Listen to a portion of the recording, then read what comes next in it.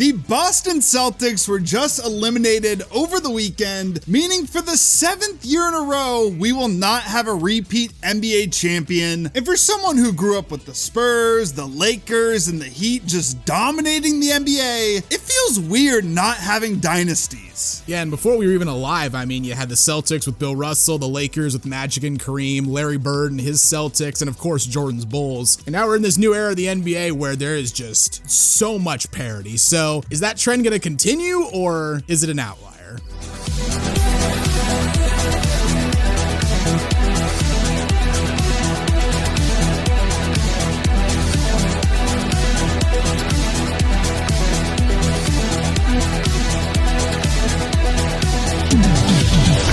Before we start talking about the parity in the modern NBA, please give the video a like, subscribe to the channel, and hit the notification bell so you never miss out on any new videos. So before we start talking about the reasons we don't have dynasties, at least recently, let's, talk about some NBA history, the history of dynasties. Of course, if you're an NBA fan, you know two franchises have just dominated the NBA, the Celtics and the Lakers. 35 total titles, that's 45% of them, just absolutely insane. Yeah, I mean, after the Philadelphia Warriors and the Baltimore Bullets won the first two NBA championships, the Minneapolis Lakers won it in 49 and 50, followed that up with a three-peat from 52 to 54. Then later in the 50s, we had the Celtics winning their first in 1957. Following year, they lost to the Hawks in 1958. Shout out 2K16 legend Bob Pettit. He had like an amethyst card, I think, on Ultimate Team. That was one of the best budget cards you're ever going to see. Pick and pop big, just so unstoppable. Unstoppable. Really easy release, too. Yeah, he did. But after that, the Celtics followed that up with an NBA record that straight up is just never going to be touched. This is one of those records that's actually unbreakable. 8 straight titles. Like, that's some Bayern Munich numbers right there. That's crazy. And like, the Sixers won it in 67, and then the Celtics responded by winning it back-to-back in 68 and 69. So 10 titles in 11 seasons. That's just insane. Imagine being a Celtics fan at the time. You're just so used to it. You're listening to games on the radio. Yeah, going to Boston Garden once a year. Oh my God. Anyways, though, the 1970s, definitely the closest decade in terms of parity to what we have in the modern NBA. No team won back-to-back titles. You had a couple teams that won twice over like a 3-4 year span. The Knicks won in 1970 and 73. The Celtics win in 74 and 76. But besides like them winning their 2 titles, there was no dynasty throughout this entire decade. And it's really the only decade throughout NBA history until recently in the 2020s that didn't have a dynasty. But back to the 80s, it was the Celtics and the Lakers once again dominating. The Celtics, 3 titles in a 6-year span. The Lakers won 5 titles throughout the 80s, go back to back in 87 and 88. And you were telling me what? 5 teams throughout the entire decade made the finals. Yeah, that was it. 5. Boston, LA, Philly, Houston, Detroit. That was it. That was it. That's just ridiculous. Oh yeah, you had the Pistons taking out the Lakers in 89 and then the Blazers in 1990. And then of course the 90s, the decade of Michael Jordan. 6 titles for the Bulls. Even then still, like the 2 years he was off playing baseball, you managed to squeeze in like a little mini dynasty that the Houston Rockets had with back-to-back titles. Yeah. The new millennium saw the Lakers going on their three-peat with Shaq and Kobe, the last three-peat the NBA has seen, and it really doesn't feel like we're gonna get another anytime soon. The Spurs captured 5 titles throughout a 15-year stretch, and then they had like an every other year from 2003 to 2007. And even then, you had the Pistons, like sure they win 1 title, but the next year they go to the finals, take the Spurs to 7, and then 6 straight Eastern Conference Finals appearances. Like that's another thing we really haven't seen recently. Like teams maybe not winning title after title, but being there basically every year. I guess the Boston Celtics kind of have been, but besides that, like the same teams are kind of going back to the finals, going back to the Eastern Conference Finals every single season. Now to the late 2000s, early 2010s, Lakers go back-to-back in 09 and 2010. They also make the finals in 08. Mavericks have their one-off title in 2011. Then the Heat win back-to-back. They make 4 straight, and the Spurs capped off their dynasty with their win in 2014. And then we've got really the last dynasty we've seen in the NBA, the Golden State Warriors. Win it in 2015, should have won it in 2016, and then go back-to-back in 2017, 18, make the finals again in 19. Also probably should have won it if not for injuries. And I mean, technically the dynasty continued into 2022, but it feels like weirdly distant from the rest of the dynasty. I don't know why. Maybe it's because they had that one off year where Clay missed the whole year, Steph broke his hand, only played 5 games, and they had like the worst record in the league, but you know, it's still part of the dynasty, I guess. Anyway, now into the modern era. Like we said in the intro, if Boston goes out on Sunday, it's going to be the 7th year without a repeat champion. And also, if the Nuggets are eliminated by OKC on Sunday, it's going to be our 7th straight year with a unique champion. So just an unprecedented level of parity we're seeing in the NBA right now. So let's talk about why. The first reason we'll get into, and some of these will kind of overlap, but the biggest change we've seen in the NBA over like the past 10 years or so, depth is so damn important. You can't win anymore with just a big 3 and just a garbage supporting cast. Like 15 years ago, the Heat assembled that big 3, no supporting cast. None. Like you had Mario Chalmers, you had Udonis Haslem, Joel Anthony, I guess, Mike Miller. Like you had almost no one besides that big 3. Birdman. Yeah, big Birdman, of course. I mean, they did add guys later on that were huge to their titles. Ray Allen, of course, Shane Battier, Rashard Lewis. But really, it was the big 3. And if anyone in that big 3 went out or something, they were screwed. Nowadays, that doesn't work. And we saw an example that was pretty damn close to what the Heat did. The 2021 Brooklyn Nets. And maybe if they stay healthy, I certainly think so, they win the title. But you have this big 3. You have absolutely no depth. And you don't even make the conference finals. And even then, the depth for that Brooklyn team, probably better than the depth for that Miami team. Nick Claxton, better than any player that came off the bench for that Heat team. Not even close. Like we've said it so many times in other videos, the NBA now, it's about big 2s and then a deep supporting cast, or at least a supporting cast that's like a really good starting lineup and a couple of like key bench pieces, kind of like the Celtics and Knicks have, right? Injuries to star players are more prevalent than ever. We've seen, obviously, you know, Dame tore his Achilles, Kyrie tore his ACL, AD perpetually injured, Jason Tatum just tore his Achilles. Like, stars go down all the time, and if one of those guys goes out, you got to have pieces to make up the slack. And even more so in the modern NBA, it's not about who your best player on the court is. Honestly, it's about who your worst player is, because players, coaches, they're so good at hunting switches. They're so good at scheming. Like if you have a guy on the court and he can't defend or he can't shoot, teams are going to take advantage of that. Like they just straight up are. Yeah, I mean, like all the respect in the world to like old Mike Miller and the way he shot for the Heat in those NBA finals. But if someone tried to roll him out on the court today, attacked on every single play, every single play. And like there was an article, I can't remember who exactly it was from. I think it was from The Athletic, where it was like the NBA is more about like if your team is a link of chains, it's more important what your weakest link is than what your strongest link is. Like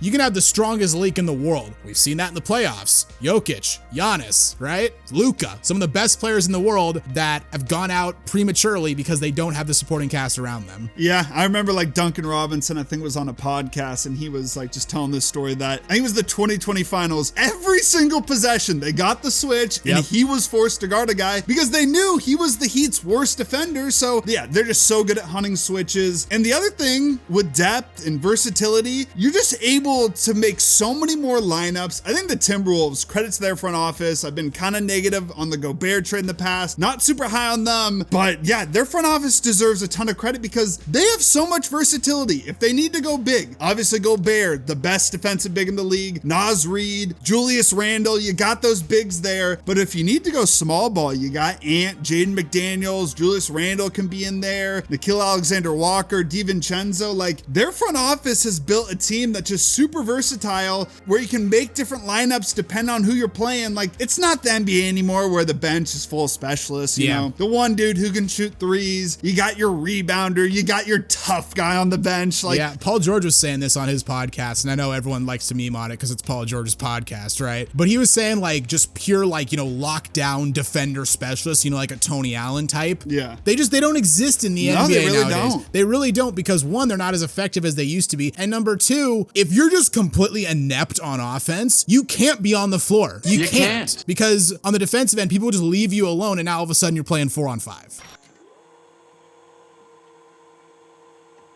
Next reason we want to touch on is player movement. Now, you would think that player movement would actually lead to less parity because at the beginning it kind of did. Obviously, you know, when LeBron and Bosh left to Miami, they did in free agency, and technically they were sign-in trades, but the Heat really didn't give up much to get them. Nowadays, though, and this I think is kind of also caused by the fact that contracts for role players are now so inflated. Like, you know, a Jaden McDaniels getting paid $30 million a year, right? Because payrolls are so high and because role players cost so much, players don't move in free agency that often. Like, think about like the past like 5 or 6 years. I guess probably since LeBron went to the Lakers and KD and Kyrie went to Brooklyn. How many big like superstar free agent moves have we really seen? Like Paul George this past summer, and then I guess if you want to say Jalen Brunson, although people did not view Brunson as a superstar at the time, but like because teams are so cash strapped, like if a guy comes into free agency, like who's gonna offer them? Utah? If they got money? Yeah. Like this is why a couple years ago James Harden opted into his contract with Philadelphia, because he looked out on the landscape and was like, there's no one I want to play for that could offer me the money. So if guys are moving, they're getting traded. And for whatever reason in the NBA now, like the benchmark for what it takes to acquire a superstar player is really high. I mean, the Kevin Durant trade to the Suns, the best example of this. Absolutely. The Suns have a deep supporting cast. They got key players off the bench, but then to get KD, you're sending out Bridges, you're sending out Cam Johnson, and you're sending out all these picks. So not only are you losing a great just supporting cast piece in Bridges, you're losing Cam Johnson, who was a bench player for them, is a very good like starting player now. And then you're losing all these picks, which you could use in trades to get guys. You could use to just draft like good solid players out of the draft. So now you're stuck with KD, you're stuck with Booker, you get Beal, and no supporting cast. And obviously, as we've seen, as we've talked about in videos, it completely didn't work. The rare example where it did work, we have to mention, was AD going to the Lakers. And this one, I mean, I have to say, it's a huge outlier. First, yeah, exactly. You already have LeBron James. You got the best player in the world. Like, you're already pretty set when that happens. You sent out all these young guys to get AD. But I mean, if Rob Pelinka and the Lakers front office, if they don't like make some of these moves, maybe they don't win the title. Like you had KCP there, which you pick up when he was kind of an afterthought after he was with the Pistons early on, really wasn't seen as much how he is viewed now. Caruso, another player, not viewed the same way. And then they signed these veterans who honestly produced really well. JaVale McGee, Dwight, Rondo, those guys. So credit to the Lakers front office, but that was more so an outlier where now you have these big threes, you have no depth, and they completely have failed. Look at Philadelphia. Exactly. I mean, look, they were kind of screwed over a lot by injuries too, but even when that big three played together, it wasn't great. It really wasn't. The final thing we'll briefly mention is the second apron, and the reason we'll briefly talk about it is like we were already in the parity era before the second apron even hit, so we really haven't seen the ramifications of it. Like this season, we've seen it a little bit. You know, the Cat Randall trade definitely was because of this, but prior to this CBA, we had already seen parity. But moving forward, it's going to make it tougher for these contenders to build these dynasties because it's going to make it harder to sign guys with the mid-level exception, harder for these contenders to get buyout guys, to make sign-in trades, use future first-in deals, aggregate salaries for trades. So teams with a high payroll, which is usually contenders, sometimes it's not. I mean, the Phoenix Suns, again, to throw shade, it's just going to make it harder for them straight up. We've already mentioned this era is unprecedented for the amount of parity. This new CBA, it's just going to make it even tougher. Yeah, I mean, look at Boston. Like, even before Tatum got hurt, there was a lot of talk that even if the Celtics won the title again, even if they had repeated, they probably would have blown up significant portions of this team just because it was too expensive to keep together. And just like looking around the NBA, like I'm really curious, like how does OKC manage what they have right now? Like they've got everything going for them right now, but they also aren't paying anybody yet. Yeah. Like Chet, I don't think has an extension yet. He surely is going to get one. Jalen Williams also, if he's gotten an extension, it hasn't kicked in yet. Really the only players the Thunder are paying right now are Hartenstein and Shea. That's it. Yeah. What happens when you need to start paying guys? Like, are you gonna be forced to deal some away and try to use your draft picks to draft their replacements? Like, how are they gonna manage this era? I think it's really easy to look at Oklahoma City and be like, oh, they're the youngest team in the NBA. They won 68 games. They're gonna be doing this for a decade plus. The second apron might not let them. So in conclusion, like the biggest reason for more parity, it's how important depth is. It's how important your supporting cast is, your versatility as a roster. You can't have Joel Anthony run him out on the court and continue to win titles. I know that's just a random shade at Joel Anthony, but it's true. It is true. Like, we don't need to get into an NBA eras debate. That's not what this video is, but compared to 20 or even 10 years ago, like, you're the 8th best player on your team is just so much more versatile. We said it. You don't have your specialist anymore. You don't have your defensive guy. You don't have your random ass tough guy. I mean, I guess James Johnson played like 5 minutes for the Pacers, but besides that. But he played 5 minutes for a reason. Yeah. I mean, he did come in and hit that hard screen. So, good for him. You know, he did work hard. And with the new CBA, it's just going to make it that much tougher. So what do you guys think? What is the reason we've seen so much parity? Do you agree with us? Is it depth? Is it the supporting cast? Or is it something else? Let us know in the comments below. If you enjoyed the video, please consider giving a like. And hey, while you're here, check out some of our other videos as well. And don't forget to subscribe to Synthetic Sports.